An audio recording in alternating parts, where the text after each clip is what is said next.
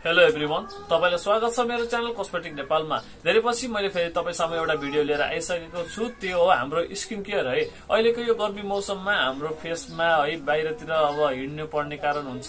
त्यसपछि हामीलाई घामले डडाल्ने अथवा हाम्रो घाममा है ट्यानिङहरू बस्ने टाइपको समस्याहरू हुन्छ।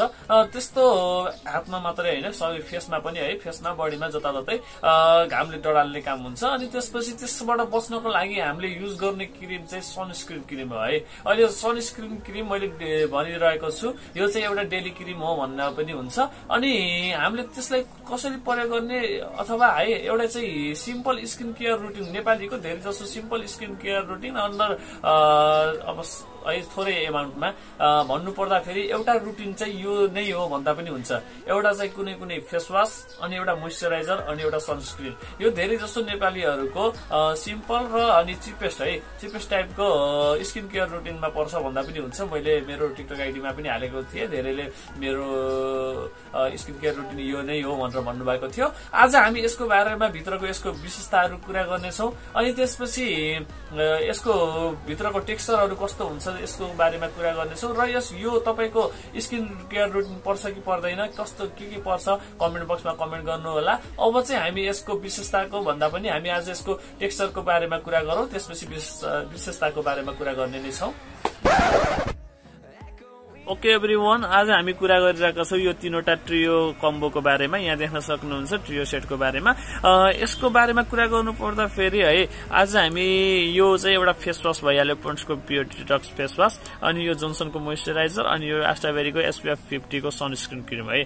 अब यसको भित्रको टेक्सचरको बारेमा कुरा गर्नु पर्दा फेरि यहाँ देख्न सक्नुहुन्छ यो चाहिँ पोन्ड्सको प्योर डिटक्स। अब यसको भित्रको टेक्सचर चाहिँ यो चारकोल फर्ममै हुन्छ, किनभने ब्ल्याकी फर्ममा चाहिँ हुन्छ। यहाँ देख्न सक्नुहुन्छ, म यो थोरै निकालेर देखाउनेछु तपाईहरुलाई। यहाँ देख्न सक्नुहुन्छ यो चाहिँ ब्ल्याक फर्ममै छ, यो चाहिँ अहिले युज गर्न मिल्दैन। यहाँ चाहिँ अब म चाहिँ तपाईहरुलाई यो मोइस्चराइजर र भित्र सनस्क्रिन कस्तो छ त्यो बारेमा देखाउने नै छु। यहाँ देख्न सक्नुहुन्छ यो मोइस्चराइजरको बारेमा पनि अहिले धेरै नै कम्प्लेन आइरहेको छ, यसमा चाहिँ डुप्लिकेट निस्क्यो भन्नुहुन्छ। यसको डुप्लिकेट र ओरिजिनल भन्दा पनि यो तपाईहरुले लगाउँदाखेरि तपाईले कतिको सुट गर्छ भन्ने टाइपको छ। अहिले त यदि तपाईले लगाउँदाखेरि सुट गरेको छ भने चाहिँ त्यो ओरिजिनल, अनि त्यसपछि यदि सुट गरेको छैन भने चाहिँ त्यो डुप्लिकेट हो। यहाँ देख्न सक्नुहुन्छ, यो चाहिँ म थोरै निकाल्छु। पहिला सुरु चाहिँ तपाईले है मोइस्चराइजर लगाउन पर्ने हुनेछ। पहिला सुरु तपाईले आफ्नो फेसमा फेस वाश युज गर्ने है। यहाँ देखाइरहेको छु मैले तपाईहरुलाई। पहिला सुरु तपाईले आफ्नो फेसमा फेस वाश युज गर्नु, त्यसपछि अनि तपाईहरुले एउटा फेस वाश युज गरिसकेपछि तपाईको फेस अलि सुक्खा टाइपको ड्राई टाइपको गराइदिन्छ। त्यसपछि तपाईले एउटा मोइस्चराइजर युज गर्नु होला। मोइस्चराइजर युज गरिसकेपछि तपाईको फेसमा धेरै नै सफ्टनेस लिएर आउँदैछ। यहाँ देख्न सक्नुहुन्छ, म अलि बढी लगाउँछु। यहाँ देख्न सक्नुहुन्छ, तर यसको चाहिँ है भित्रको टेक्सचर चाहिँ धेरै नै राम्रो छ। मोइस्चराइजरको सबैभन्दा अहिले है राम्रो रेस्पोन्स पाएको मोइस्चराइजर हाम्रो पसलमा भन्नु पर्दाखेरि यही नै हो। यहाँ देख्न सक्नुहुन्छ, केही टाइम तपाईले आफ्नो फेसमा अथवा जहाँ युज गर्नुहुन्छ त्यसमा तपाईले केही बेर है रब गर्नु होला। त्यसपछि तपाईको फेसमा चाहिँ धेरै राम्रोसँग एब्जर्ब गर्छ। यहाँ देख्न सक्नुहुन्छ, यसको चाहिँ फ्रेग्रेन्स पनि राम्रो आइरहेको छ।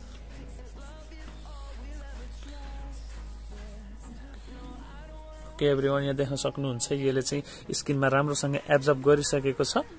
यहाँ देख्न सक्नुहुन्छ। अब चाहिँ म यसमा सनस्क्रिन लगाएर युज गर्छु, किनभने एउटैचोटि त युज गर्ने होइन, त्यही पनि यहाँ भिडियोको लागि भिडियो चाहिँ लामो बन्ने कारणले मैले चाहिँ यसमा पहिले सुरु तपाईहरुलाई लगाएर देखाउने छु। तपाईले मोइस्चराइजर लगाएको 5-10 मिनेट यसो वेट गर्नु होला, त्यसपछि तपाईले युज गर्न सक्नुहुन्छ। यहाँ देख्न सक्नुहुन्छ मैले यो पनि सिल प्याक नै छ।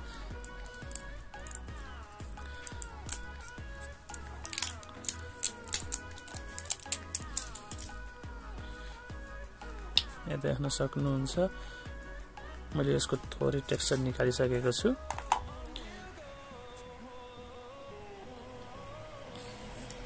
यहाँ देख्न सक्नुहुन्छ, म यो थोरै हातमा लगाउँछु। यसको चाहिँ थिक फर्ममा छ है। मलाई SPF 50 को मन पर्ने कारण चाहिँ यही नै हो। यो चाहिँ हल्का है, यसको टेक्सचर चाहिँ थिक फर्ममा छ र यसले हल्का व्हाइटनिङ पनि गराउँछ। अलिअलि थोरै है स्किनी टाइपको हल्का कालो टाइपको हुनुहुन्छ भने चाहिँ तपाईहरुलाई अनि गाउँगोरो टाइपको हुनुहुन्छ भने चाहिँ तपाईलाई यो क्रिमले अझै पनि धेरै नै हेल्प गर्दछ। यहाँ देख्न सक्नुहुन्छ लगाएको केही क्षणमै है यो हातमा राम्रोसँग एब्जर्ब गरिसकेको छ। यहाँ देख्न सक्नुहुन्छ हातमा लगाएको एब्जर्ब गरिसकेको छ। चाहिँ एउटा है राम्रो र सिम्पल स्किन केयर रुटिनमा पर्दछ। अब चाहिँ हामी यसको विशेषताको बारेमा कुरा गरौँ।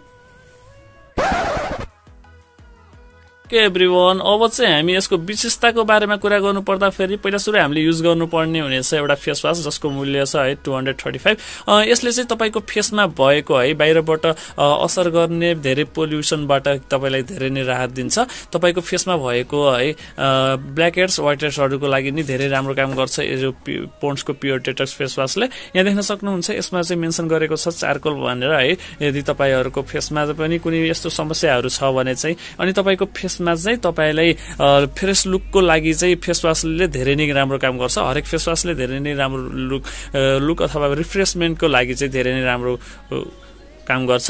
अनि स्पेशली तपाईको फेस डल देखाएको छ भने चाहिँ त्यसमा है त्यसलाई हटाएर तपाईको फेसलाई रिफ्रेश गराउनका लागि धेरै मद्दत गर्छ। अनि यसको बारेमा भइहाल्यो। अब चाहिँ हामी मोइस्चराइजरको बारेमा कुरा गरौँ। यहाँ देख्न सक्नुहुन्छ यो मोइस्चराइजर जोन्सनको मोइस्चराइजर छ अहिले मसँग। तपाईहरुलाई कुन सुट गर्छ त्यही अनुसार युज गर्नु होला।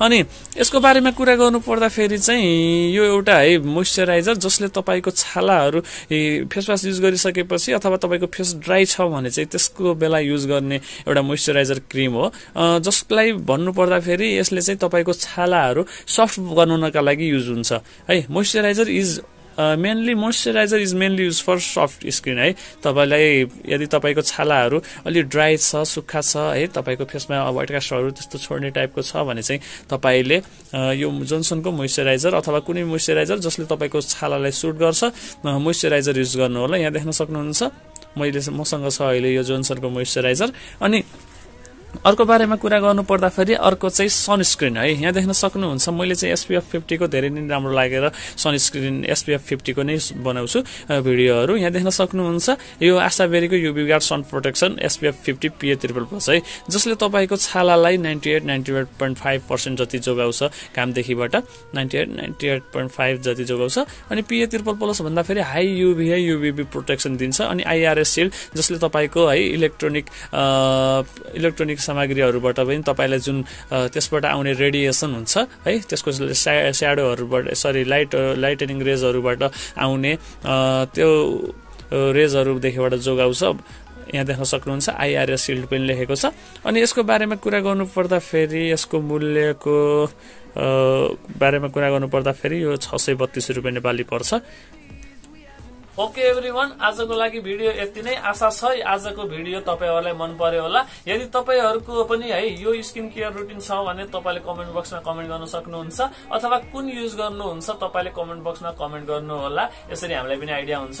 अनि त्यसपछि यदि तपाईहरुलाई कुनै पनि कस्मेटिक रिलेटेड क्वेशन छ भने कमेन्ट बक्समा कमेन्ट गर्नु होला। सकेसम्म हामी त्यसको रिप्लाई गर्ने नै छौं। यदि तपाईहरु मेरो च्यानलमा पहिलो चोटी भिजिट गर्नु भएको छ भने लाइक शेयर अनि सब्स्क्राइब गर्न नभुल्नु होला। अब चाहिँ हामी अर्को भिडियोमा छिटै नै भेट्ने छौं। त्यतिखेरसम्मका लागि bye bye, see you soon.